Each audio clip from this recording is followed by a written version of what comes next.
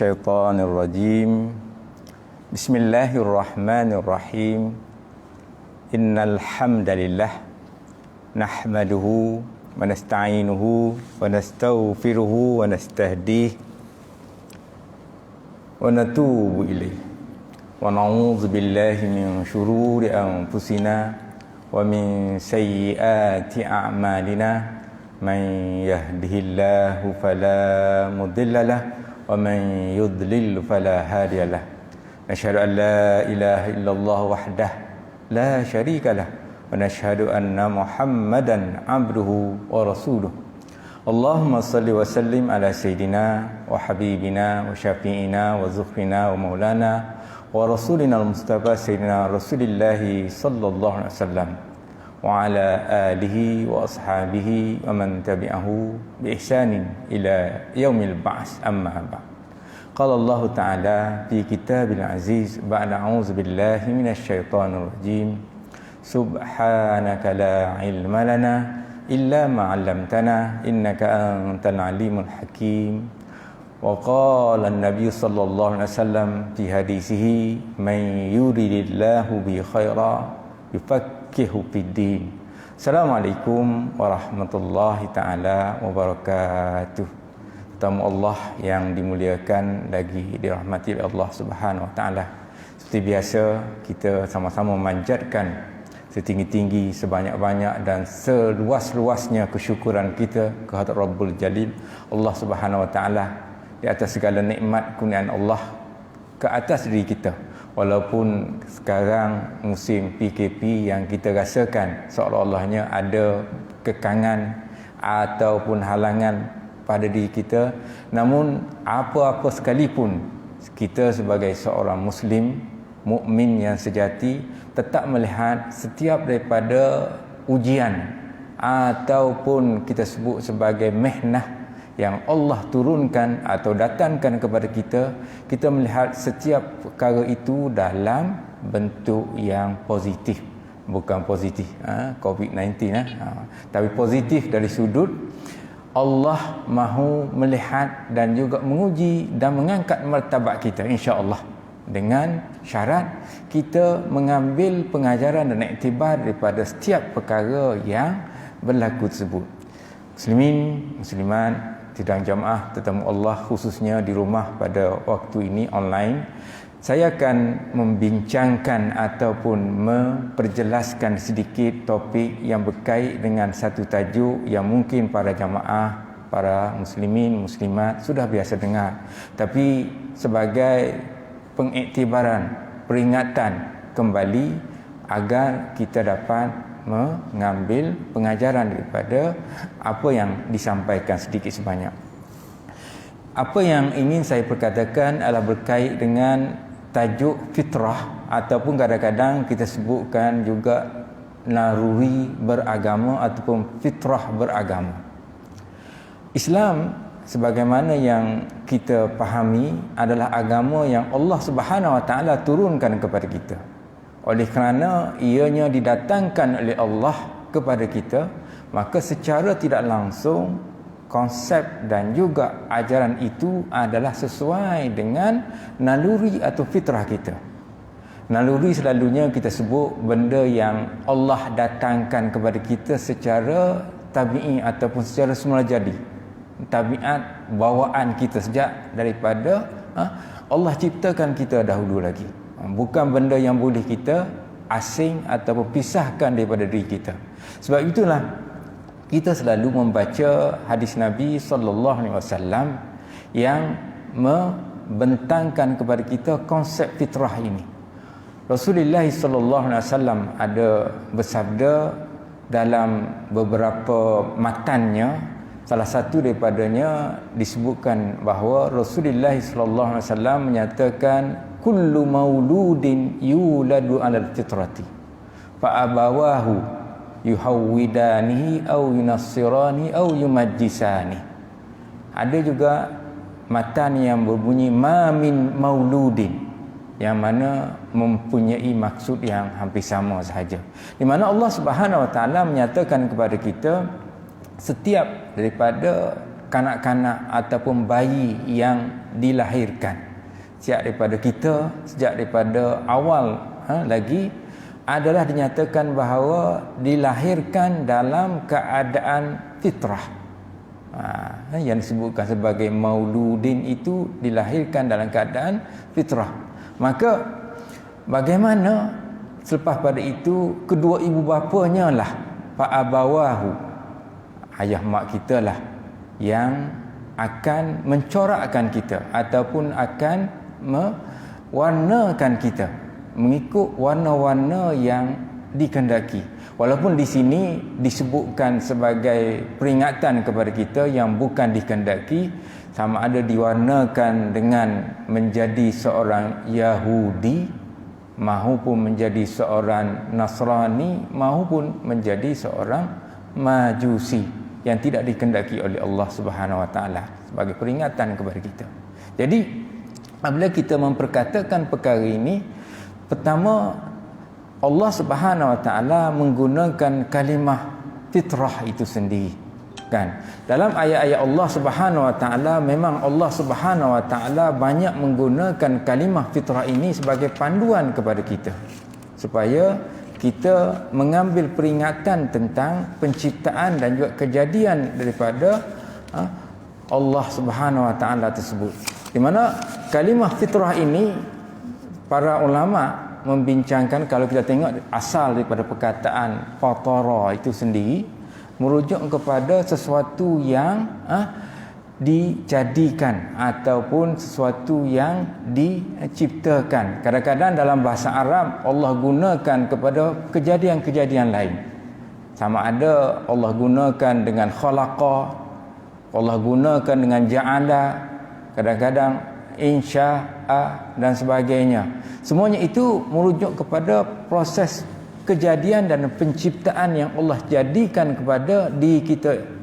Sebab itulah apabila kita tengok kepada kalimah fitrah ini, ia kadang-kadang mempunyai makna yang amat banyak.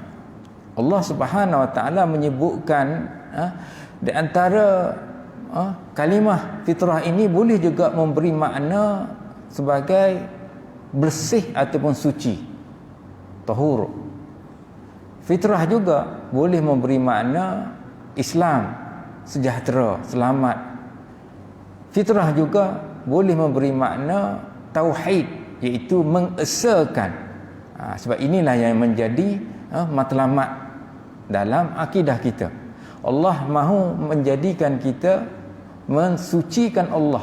Sebab pengutusan para rasul, khususnya Nabi kita Muhammad sallallahu alaihi wasallam sendiri adalah untuk menjauhkan syirik dan taghut, kan? Walaupun kalimah dan juga perkataan yang merujuk kepada tauhid ini mengesakan Allah sebagai satu syarat penerimaan dalam segala amalan dan ibadah kita.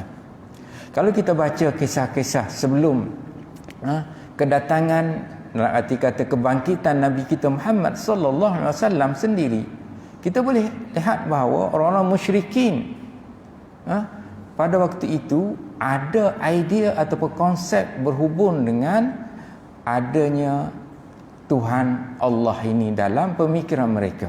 Sebab mereka mewarisi apa yang dibawa oleh para nabi dan rasul sebelum daripada itu.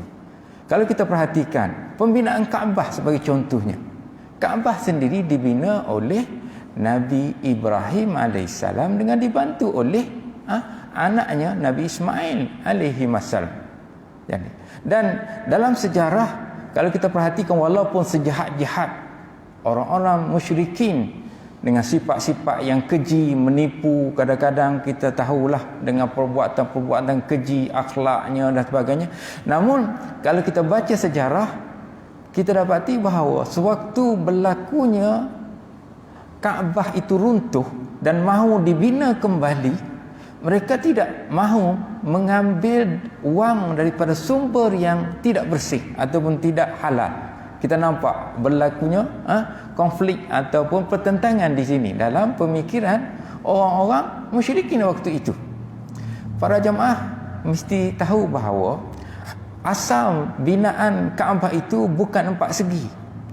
ianya adalah hampir bulat ataupun bujur.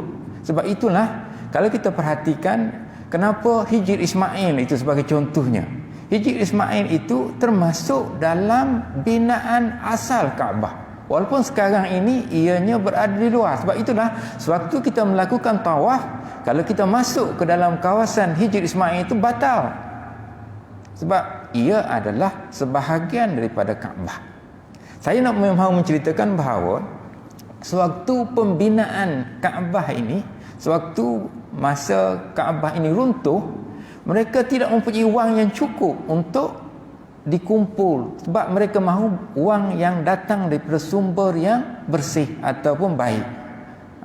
Jadi oleh kerana itu wang tidak cukup dikumpul waktu itu. Sebab itulah jadi bentuk Kaabah itu seperti yang ada sekarang. Itu cerita kalau disebalik daripada pembinaan itu. Sebab itulah nama Abdullah, kita tahu bahawa ayah kepada baginda Nabi kita Muhammad sallallahu alaihi wasallam. Jadi kalimah Allah itu sendiri bukanlah kalimah yang asing ataupun kalimah yang tidak pernah dipakai oleh orang-orang musyrikin sebelum daripada pengutusan Nabi kita Muhammad sallallahu alaihi wasallam. Sebab itulah saya nak ceritakan bahawa apabila datangnya Nabi kita Muhammad sallallahu alaihi wasallam, perkara tauhid inilah yang menjadi tonggak pembersihan yang mahu dilakukan oleh baginda Rasulullah SAW tanpa ada tolak ansur. Kita boleh baca kisah-kisah bagaimana percubaan yang dilakukan oleh Bani pada waktu itu. Bani Saqif sebagai contohnya pernah datang berjumpa Rasulullah SAW berunding, kalau boleh sembahlah Tuhan kami sekejap, patut sembah Allah lah, tak apalah. Nabi kita Muhammad SAW dalam keadaan ini tetap berteguh bahawa tidak mungkin ada konsep yang bersifat syirik dalam ibadah. Situ dia katakan dan antara makna fitrah itu adalah maknanya tauhid. Fitrah juga boleh memberi makna ikhlas, yakni bersih, suci, dan juga ada juga yang memberi makna fitrah itu kecenderungan manusia untuk menerima dan berbuat kebenaran. Sebab fitrah itu nanti kalau kita mahu menceritakan, ia berkait dengan satu benda yang kita nyatakan adalah gharizah kita. Kita panggil insting, naluri yang ada dalam diri kita yang mempunyai kecenderungan kepada sesuatu, sama ada kita nak buat ataupun kita mahu lakukan. Sebab itulah apabila kita bercerita pasal fitrah ini, Allah Subhanahu Wa Taala menyebutkan fitrah inilah fitrah yang benar. Sebab itulah Allah berfirman dalam ayatnya, fa'akim wajhaka lid-dini hanifah, yang disebutkan sebagai hadap ataupun tegakkanlah wajah kamu, fa'akim wajhaka lid-din, kepada agama Allah yang lurus, hanif, yang suci bersih. Hanif itu juga memberi makna suci dan bersih. Fitrah Allah illati fataran nasa 'alaiha la tabdila li khalqillah zalikad dinul qayyim. Ini disebutkan dalam ayat Allah Subhanahu Wa Taala merujuk kepada kebenaran ataupun kelurusan agama yang disebutkan sebagai fitrah itu sendiri.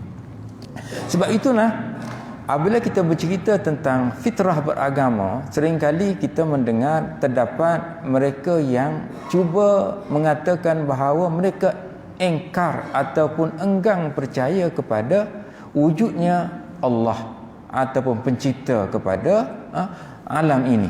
Sebenarnya seringkali kita mahu menolak ataupun menyebutkan bahawa bagi mereka yang menyatakan demikian, pada hakikatnya ia menolak fitrahnya.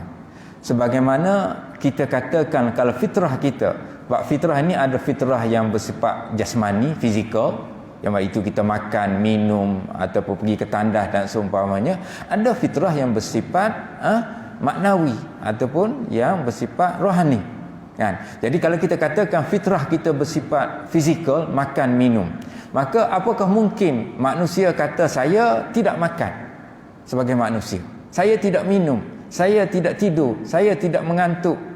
Sekiranya ada orang dakwa sedemikian, kita boleh katakan bahawa dia bukan manusia. Dia dah meletak jawatan sebagai manusia. Apakah mungkin sedemikian? Maka ini secara automatik ataupun secara total tertolak. Sebab fitrah kita tidak mungkin melakukan sedemikian. Begitu jugalah apabila kita memperkatakan tentang fitrah beragama, maka di sini kita mahu menyatakan bahawa agama itu sendiri, naluri beragama itu sendiri adalah satu perkara yang sebati ada dalam diri kita sejak Allah ciptakan kita lagi, yang tidak mungkin untuk kita tolak. Barang siapa yang kata saya tak percaya, saya galangan etis, maka kita katakan bahawa ia adalah menolak fitrahnya, yang bukan manusialah jawabnya dia. Begitu sampai keinginan kita bila kita memperkatakan soal naluri atau fitrah beragama itu. Sebab itulah dalam sejarah para penulis, bahkan kita boleh tengok di kalangan penulis-penulis barat sendiri. Saya ada melihat satu tulisan oleh Stephen Fash dalam bukunya Origin of the Religion, history dan pasal Origin of the Religion. Beliau dengan jelas menyatakan bahawa apabila kita membaca tamadun manusia, sama ada tamadun manusia itu maju, mundur, sederhana, ataupun tamadun yang mempunyai binaan yang hebat ataupun tidak pernah ada dalam mana-mana tamadun manusia sejak wujud manusia ini yang tidak ada rumah ibadah. Pertama, saya ingin menyatakan konsep yang jelas di sini adalah konsep berkait dengan keyakinan kepada agama itu terlebih dahulu, bahawa manusia ini walau dalam keadaan mana sekalipun manusia itu, mereka akan ada rumah ibadah ataupun tempat ibadah yang mereka pergi memohon, meminta, merayu, berdoa dan seumpamanya kepada yang ia yakini, mungkin apa sahaja nama agamanya itu, kan? Walaupun kita kata agama itu agama animisme ke, ataupun Buddhism ke, Hinduism ke, begitulah juga agama samawi yang lain, sama ada Judaism, begitulah Christianity dan juga Islam, pastinya ada. Sebab itulah tidak mungkin manusia mengatakan bahawa ia menolak agama, kerana secara naluri atau fitrah itu mereka meyakini agama.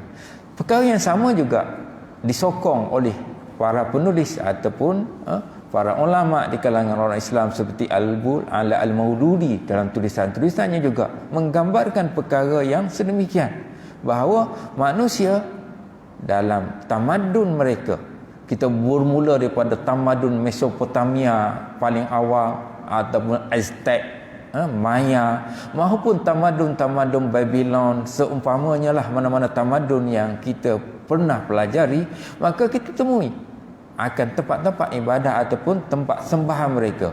Kita boleh berjalan. Saya pernah sampai ke seperti Mesir, antara negara-negara yang kita anggap sebagai paling awal dalam tamadun, seperti tamadun yang disebutkan. Sama ada kita mahu bercerita pasal tamadun Mesir kuno dipanggil yang klasik, ataupun yang middle, yang pertengahan, maupun yang agak kemudian. Semuanya itu boleh kita tengok tempat-tempat ibadah ketuhanan yang mereka miliki. Jadi itulah yang kita katakan sebagai satu yang tidak dapat tidak ada dalam keyakinan. Sebab itulah sebab pada manusia percaya bahawa adanya Tuhan. Saya masih ingat, saya belajar sewaktu di Fakulti Pengajian Islam dahulu, kami pernah membaca satu tulisan, mungkin para jamaah jarang dengar, yang ditulis oleh seorang penulis falsafah daripada Andalus ataupun Spanyol lah sekarang, namanya Ibnu Tufail. Kalau para jamaah pernah dengar namanya, alhamdulillah lah, sebab saya kira jarang namanya dikenal, seorang ahli falsafah di barat lah, sebab kita anggap Spanyol itu barat, namanya Ibnu Tufail. Dia menulis satu kita panggil sebagai cerita lah, orang kata novel lah, novel secara kiasan. Nama novel tersebut Hai Ibnu Yaqzan. Hai itu maknanya hidup, kan? Ibnu anak kepada sedar. Di mana kalau kita baca cerita tersebut sebagai ini adalah pengajaran untuk kita macam mana cuba dibayangkan oleh Ibn Tufail dalam cerita tersebut, di mana seorang yang kita katakan seorang budak ni lah yang dilahir dan dibesarkan di sebuah pulau yang tanpa manusia, Hai dilahir tanpa dan hidup sebagai seorang yang kita katakan sebagai macam zaman moden sikit yang kita tengok filem-filem Tarzan tu lah kan, seolah-olahnya begitulah kalau nak dibayangkan mudah cerita, sebuah pulau kan. Maka tetapi apa yang kita boleh bayangkan kepada kisah Hai ini, dia akhirnya mempercayai walaupun tanpa panduan wahyu, dia meyakini bahawa alam ini ada pencipta secara naluri. Sebab saya nak kaitkan dengan sifat fitrah beragama itu, naluri. Sebelum kemudiannya, kalau mau cerita tu agak panjang lah sebenarnya, kemudiannya datang seorang luar nama Absal ke pulau tersebut dan dia berkawan dengan Absal. Absal bawa dia ke Andalus, tengok apa yang berlaku dan banyaklah kritikan-kritikan yang dilakukan sebab dia seringkali menggambarkan bahawa banyak ibadah yang dilakukan oleh masyarakat waktu itu lebih kepada ritual. Ini satu benda yang lain lah, yang kita kena bincang lain kali lah kalau mahu memahami konsep tersebut. Tapi saya mahu menekankan dalam sedikit tazkirah saya ni adalah macam mana Hai ini meyakini adanya Tuhan walaupun tanpa wahyu, walaupun tanpa adanya Nabi ataupun Rasul yang membawa perkhabaran yang ghaibiyat tersebut, yang sam'iyat tersebut. Secara akalnya sebab dia melihat kepada proses penciptaan itu sendiri. Sebab dalam cerita tersebut dia dipelihara oleh seekor binatang dan tidak lama kemudian binatang itu mati. Kemudian dia tengok kenapa binatang itu mati. Ada unsur lain yang bukan bersifat fizikal yang menyebabkan binatang yang memelihara itu mati sebelum dia repuk dan sebagainya. Jadi ini adalah berkait dengan keyakinan kepada wujudnya pencipta. Dan inilah juga kalau kita kaitkan dengan apa yang ditulis oleh tokoh-tokoh falsafah Greek Yunani sendiri, sama ada bermula daripada tokoh-tokoh Socrates, Plato ataupun Aristotle. Mereka ini juga sampai satu tingkat keyakinan dan kepercayaan bahawa alam ini ada pencipta yang disebutkan sebagai Al-Muharrik Al-Awwal, pencipta, penggerak pertama ataupun the prime mover kepada alam ini. Namun kita kena yakin juga bahawa untuk mengetahui perkara ghaibiyat tentang cara ibadah dan seumpamanya, perlu kepada Nabi dan Rasul memberitahu kepada kita kaedah-kaedah tersebut. Jadi sebab itulah kalau kita tengok dalam Islam, kita perhatikan anak yang kita baru lahir itu kan kita sebutkan sebagai fitrah tadi. Sebab apa? Sebab dia suci daripada kekotoran ataupun suci daripada kegelapan. Cuma kalau kita bincang, ada di kalangan tokoh-tokoh, saya ada baca juga artikel Firdaus Wong, seorang yang saya sebutkan antara orang yang banyak memberi sumbangan lah kepada pengislaman, khususnya orang-orang Cina di Malaysia pada waktu ini. Beliau tidak begitu suka ataupun tidak begitu cenderung untuk menggunakan bahawa kalau nak sebut keluarga lah, dia kata kita asalnya kita ini, dia ni mahu mengatakan bahawa asalnya di fitrahnya dia adalah Muslim, dilahirkan dalam keluarga bukan Islam, bukan beragama, bukan Islam, tapi dilahirkan dalam keluarga bukan Islam. Sebab itulah bila mereka menerima balik Islam dipanggil revert, bukan conversion. Mereka suka guna kalimah revert, balik, kembali kepada Islam, sebab mereka ini asalnya adalah Islam. Fitrah itu fitrah Islam kan. Kemudian dalam keluarga berubah seperti mana disebutkan dalam hadis Nabi sallallahu alaihi wasallam yang saya bacakan tadilah, fa abawahu tu dalam keluarga yang mengubahnya. Cuma Apabila kita bercerita pasal fitrah ini, memang dia ada hal-hal yang kita katakan berkait dengan faktor-faktor dalaman dan juga faktor luaran yang mempengaruhi pembentukannya.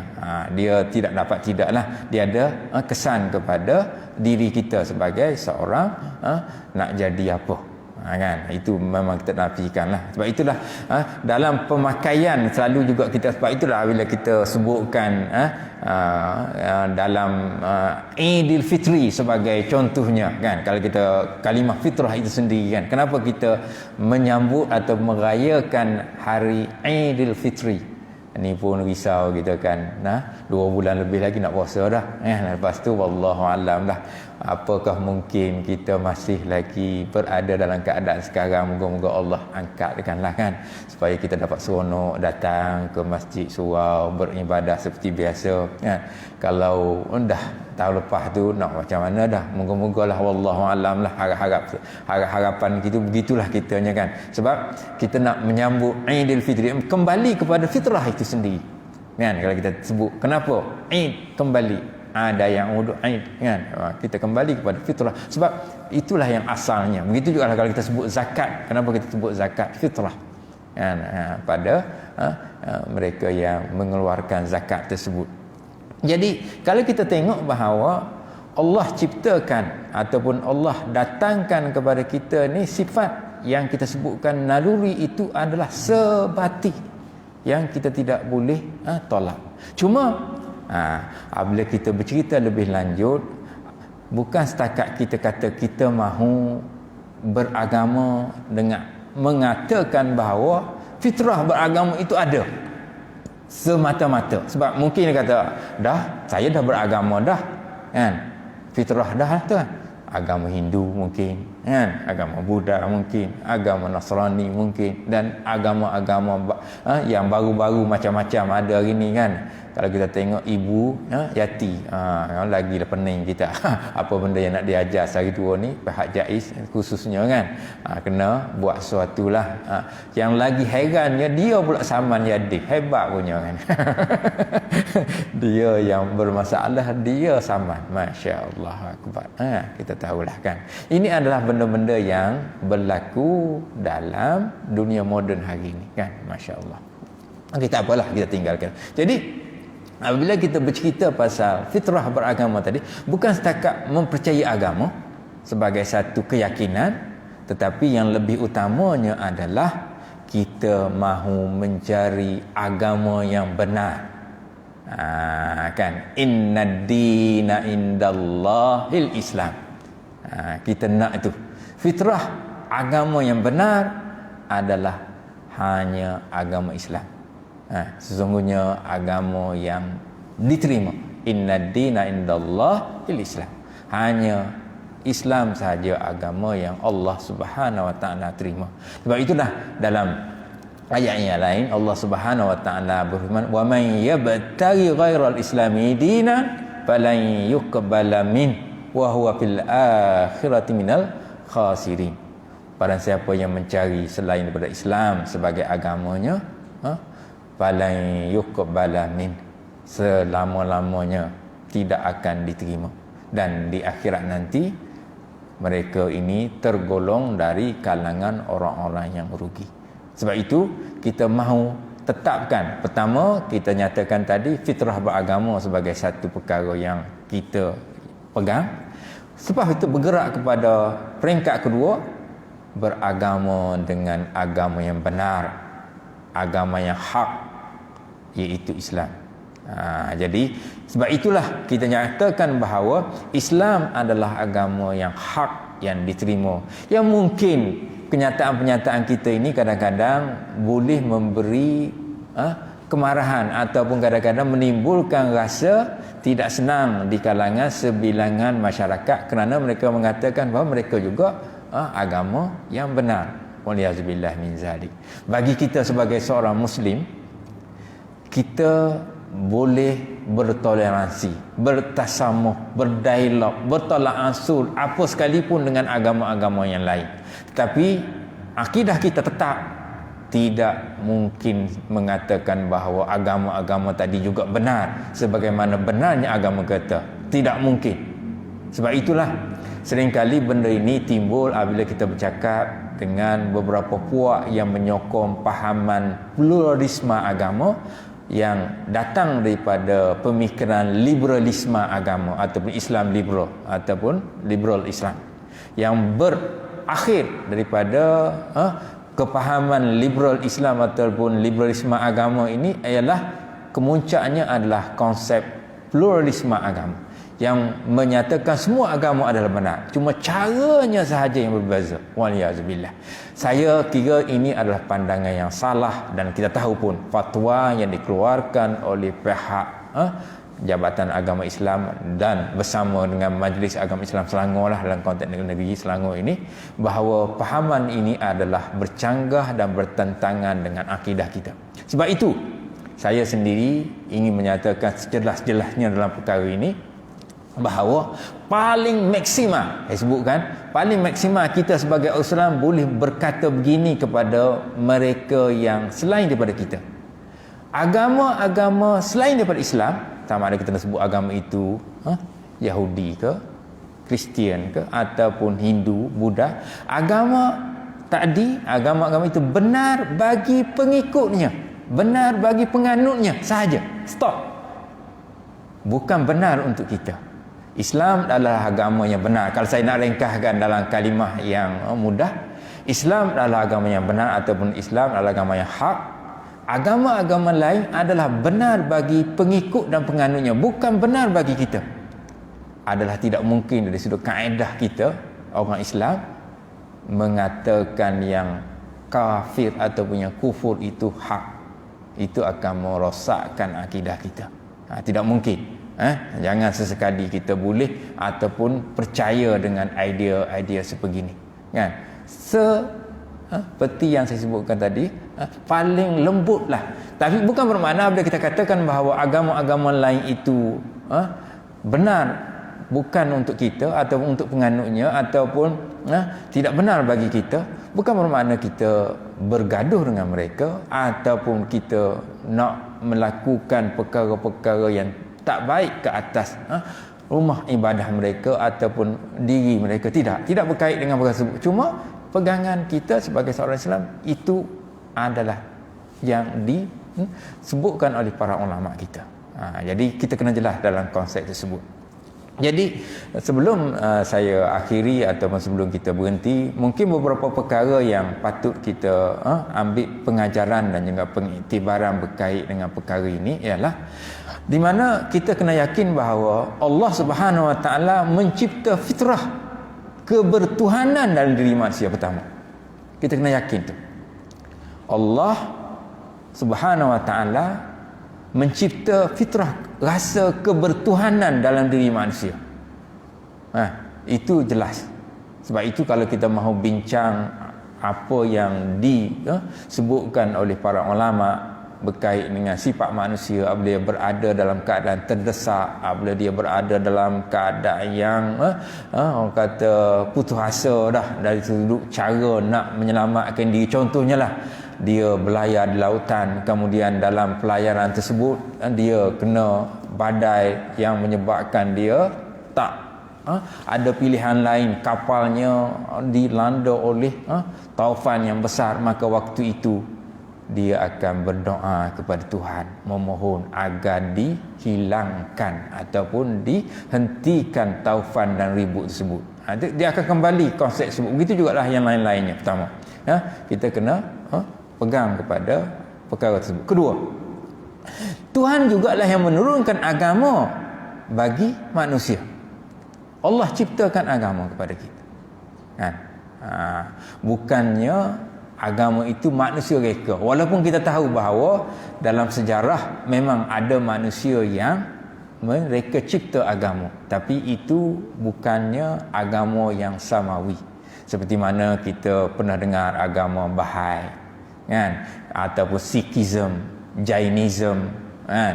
Qadiani dan seumpamanya yang itu adalah di antara agama-agama baru yang direka cipta. Hatta di zaman yang mutakhir ini pun ada di negara-negara Jepun, Korea dan seumpamanya lah, dengan nama-nama yang bermacam-macam.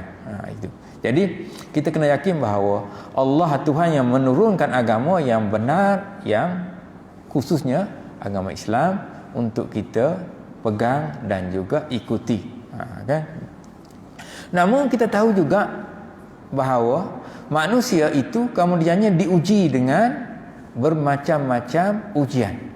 Sama ada ujian itu datang dalam bentuk dorongan hawa nafsu, hasutan syaitan, ataupun hal-hal yang berkait dengan nafs, jiwa dia sendiri yang telah rosak. Kan? Jadi ujian-ujian itulah nanti dalam perjalanannya manusia kadang-kadang tersasar ataupun tersalah jalan, yang perlu diperbetulkan. Sebab itulah kita tengok dalam sejarah para nabi dan para rasul sendiri sewaktu berdakwah amat sukar untuk meyakinkan mereka ini, kerana mereka telah terpengaruh dengan hawa nafsu dan juga dorongan syaitan tadi saya sebutkan. Okey, itu dia. Jadi akhirnya manusialah yang mengubah agama tu. Kan?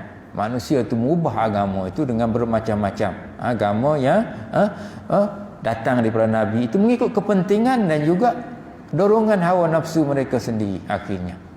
Kan?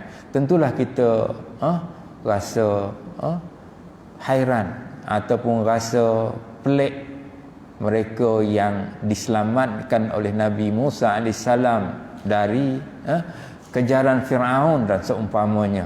Tapi tidak lama kemudian, sebaik sahaja Nabi Musa dijemput oleh Allah Subhanahu Wa Taala untuk menghadapnya dan ditinggalkannya kepada Nabi Harun, balik sekejap, Masya Allah Akbar, ada dah yang kembali kepada kesyirikan. Ini sifat manusia. Kan? Jadi kita tak boleh nafikan adanya perkara-perkara tersebut. Jadi macam mana kita nak halang daripada itu, perlu kepada tarbiyah dan latihan yang berterusan bagi diri manusia. Okey.